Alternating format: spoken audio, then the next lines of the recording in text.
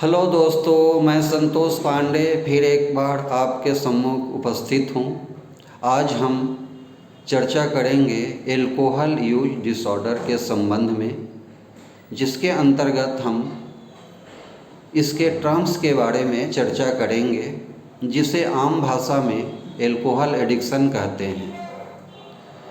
यह एक diagnostic criteria और इसके लक्षणों का वर्णन भी करता है, जिसमें पहला होता है क्रेविंग, दूसरा होता है विड्रॉल, तीसरा होता है टॉलरेंस, चौथा होता है लॉस ऑफ कंट्रोल, पांचवा सेलियंस और छठवां यूज डिस्पाइट हार्म।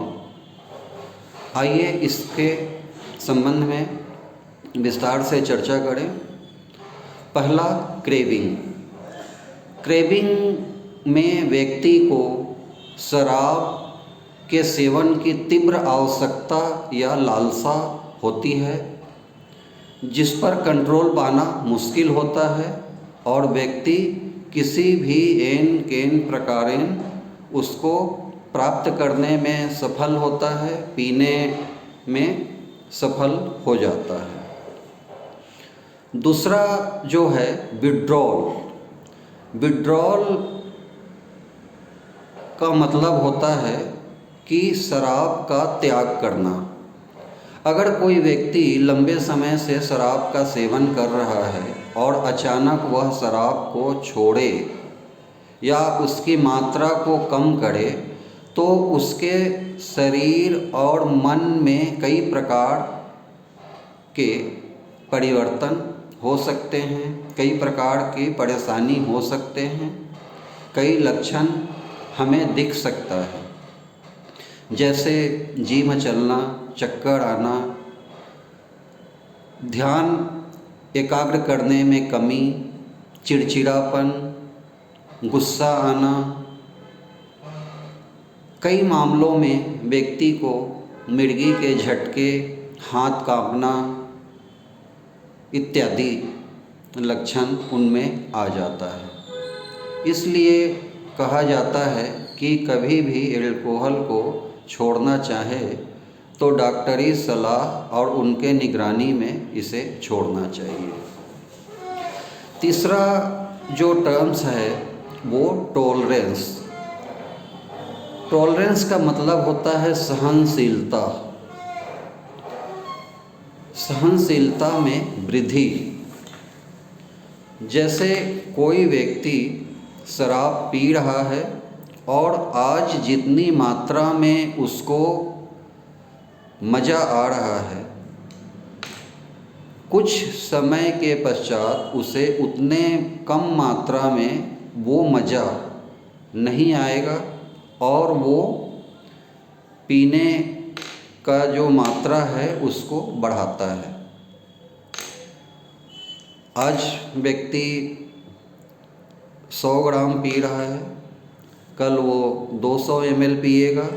इस तरीके से मात्रा बढ़ाते जाता है, जिससे व्यक्ति के सहनशीलता में वृद्धि होती है। इसको हम सेलियंस के नाम से उपयोग करते हैं। फिर अगला होता है लॉस ऑफ कंट्रोल। इसके अंतर्गत व्यक्ति रोज़ यह प्रण करता है कि कल से नहीं पीऊँगा, कम पीऊँगा, और जब पीने बैठता है तो वह आगे पीछे सब चीज़ों को भूल जाता है और अधिक मात्रा में इसका सेवन करता है। वह नियंत्रण खो देता है और पीते ही जाता है। चौथा होता है सेलियंस। सेलियंस का मतलब होता है प्रमुखता या महत्व देना।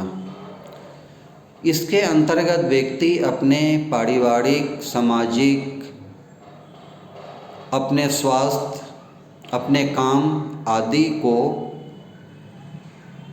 कम महत्व देता है। इसके जगह शराब को प्रमुखता देता है और इन काम को प्रभावित होने के बावजूद भी वह शराब का सेवन बंद नहीं करता। तो यहाँ पर व्यक्ति एकदम शराब के गिरफ्त में आ गया होता है। और छठवां है यूज डिस्पाइट हार्म। इसमें व्यक्ति को पता होता है कि उसको शराब पीने से नुकसान हो रहा है, उसके शारीरिक, मानसिक, पारिवारिक, बच्चों का देखभाल वो ठीक से नहीं कर पा रहा है, लेकिन वह फिर भी शराब का सेवन बंद नहीं करता है।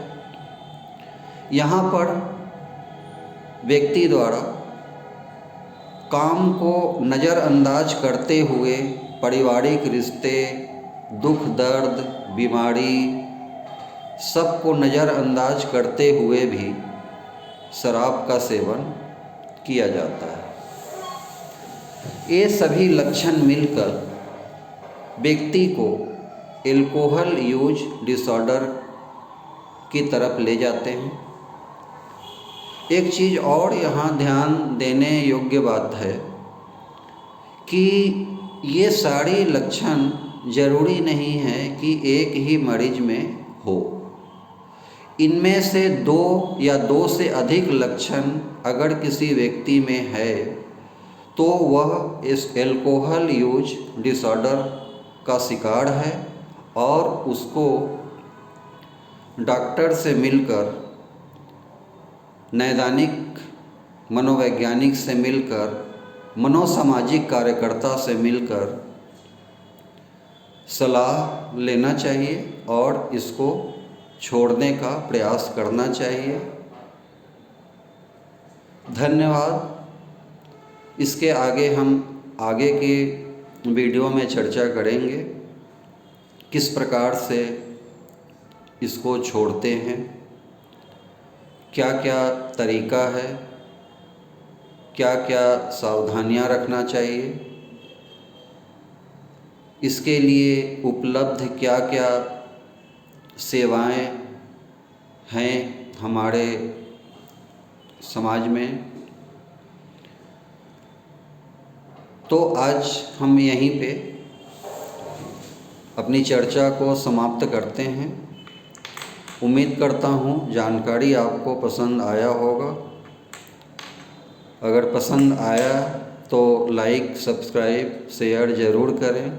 लाइक तो ज़रूर करें क्योंकि आगे भी इस प्रकार से रेगुलर वीडियो डाली जाएगी चैनल में, तो वो आपके पास पहुँचे और आप इसका लाभ उठा सकें। धन्यवाद।